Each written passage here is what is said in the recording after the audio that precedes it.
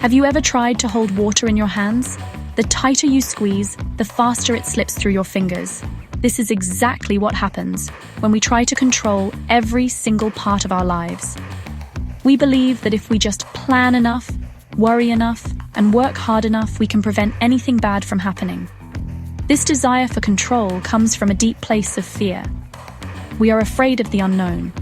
We are afraid of failure. We are afraid of not being good enough. So we grip tightly onto our plans, our expectations, and our vision of how things be, thinking it will keep us safe from harm. But this constant need for control is exhausting. It keeps our minds busy, replaying conversations and worrying about the future. It creates a tension in our shoulders and a knot in our stomachs. We think we are steering the ship, but in reality, we are just fighting against the natural current of the river. Letting go doesn't mean giving up. It doesn't mean you stop caring or stop trying. It simply means you accept that you cannot control everything. It is the brave decision to release your tight grip and allow life to unfold, knowing you have the strength to handle whatever comes your way. It is a powerful act of self-love and trust. Think about a time you felt completely overwhelmed. Maybe it was a project at work that wasn't going as planned, or a relationship that felt uncertain. You probably spent countless hours trying to fix it, to force a specific outcome. But what if you had taken a step back? What if you had acknowledged that you've done all you can, and now it's time to let the universe do its part? This is the essence of letting go. It's understanding the difference between what is in your power and what is not. You can control your effort, your attitude, and your actions. You cannot control other people, the timing of events, or the final outcome. The struggle to let go is a universal human experience. We are taught from a young age to be responsible and to take charge. These are wonderful qualities, but they become a burden when we apply them to situations that are far beyond our influence. The first step to finding peace is to recognize this habit within ourselves. It is about noticing when you are clenching your fists, both literally and metaphorically. The moment you notice, you create a space. In that space, you have a choice. You can continue to squeeze, or you can choose to gently open your hands and see what happens when you finally let go of the weight. Once we begin to let go, the next beautiful step is to trust the process. What does this really mean? Imagine you are planting a seed. You give it soil, water, and sunlight. You do everything in your power to help it grow. But you cannot control it grows. You cannot force the sprout to break through the soil tomorrow, nor can you dictate the exact shape of its leaves. You have to trust the natural process of growth. You have to believe that the seed knows what it is doing. Life is very much the same. We do our part, and then we must have faith that things are unfolding as they should, even when we can't see the final result. This trust is not blind, it is wise. It is based on the understanding that life is a journey with many twists and turns. Think about a time you got lost while driving. Your GPS rerouted you, and you ended up on a scenic road you had never seen before, discovering a beautiful view or a charming little town. The detour, which at first seemed like a mistake, led to an unexpected gift. Trusting the process means believing that even the detours, the delays, and the seeming failures are part of a larger, more beautiful journey. They are not roadblocks. They are simply part of the path leading you to where you need to be. Everyday life offers us constant opportunities to practice this trust. When you send an important email, you trust the process of technology to deliver it. When you cook a meal, you trust the process of heat to transform the raw ingredients into something delicious. We practice trust in small ways all the time, without even realizing it. The challenge is to apply this same faith to the bigger, more uncertain areas of our lives, our careers, our relationships, and our personal growth. It is about believing that the universe is working with you, not against you, and that every experience is teaching you something valuable. So, how do we build this trust when we are filled with doubt? We start by looking at our past. Think of all the times you worried intensely about something that eventually worked out. Think of the challenges you faced that made you stronger, wiser, and more compassionate. Your own life is the greatest evidence that you can get through difficult times.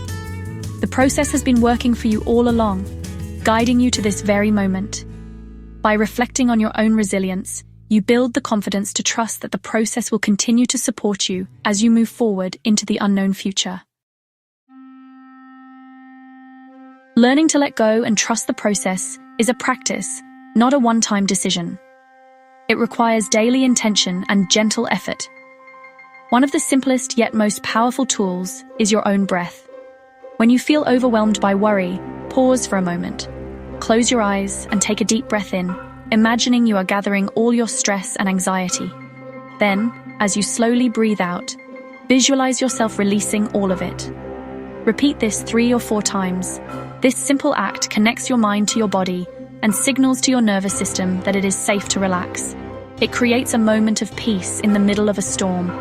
Another powerful practice is to write your worries down. Find a notebook and dedicate it to this purpose. Whenever a fear or anxiety pops into your head, don't let it circle endlessly. Instead, write it down on paper.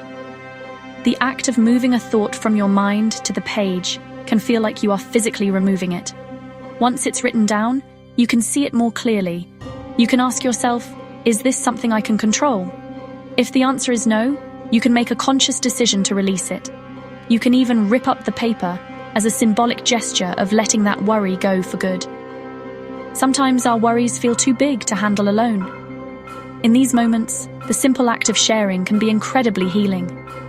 Talk to a trusted friend, a family member, or a mentor. Speaking your fears out loud can often shrink them down to a manageable size. A good friend won't just solve your problems for you, they will listen with compassion and remind you of your own strength.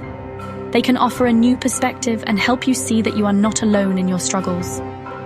Connection is a powerful antidote to anxiety, reminding us that we are all in this journey together, supporting one another along the way.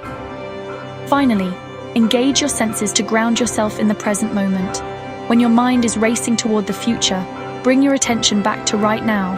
Notice 5 things you can see, 4 things you can feel, 3 things you can hear, 2 things you can smell, and 1 thing you can taste. This technique, known as the 5-4-3-2-1 method, forces your mind to stop worrying and focus on your immediate surroundings. It's a powerful reminder that in this very moment, you are okay, you are safe. Practicing this regularly trains your brain to stay in the present, where peace is always available to you. I once knew a talented artist who was paralyzed by the fear of her paintings not being perfect. She would start a new canvas with immense passion, but as she got closer to finishing, her anxiety would grow. She would obsess over every brush stroke, terrified that one wrong move would ruin the entire piece. As a result, her studio was filled with dozens of beautiful but unfinished paintings. She was so focused on controlling the final outcome that she couldn't enjoy the process of creating.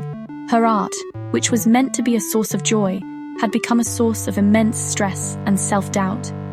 One day, her mentor gave her a simple but profound piece of advice. For your next painting, I want you to make a mistake on purpose in the very first 5 minutes. The artist was shocked, but she decided to try it. She took a bold color and made a big, messy slash across the clean white canvas. In that moment, something shifted. The pressure for perfection was gone. The painting could no longer be flawless, so she was finally free to just play, to experiment, and to enjoy the act of creation itself. She surrendered the need for a perfect outcome and, in doing so, she rediscovered her love for painting. This story beautifully illustrates the power of surrender. The artist didn't give up. She let go of a rigid expectation that was holding her back. She trusted the creative process, allowing it to guide her instead of trying to force it into a narrow box.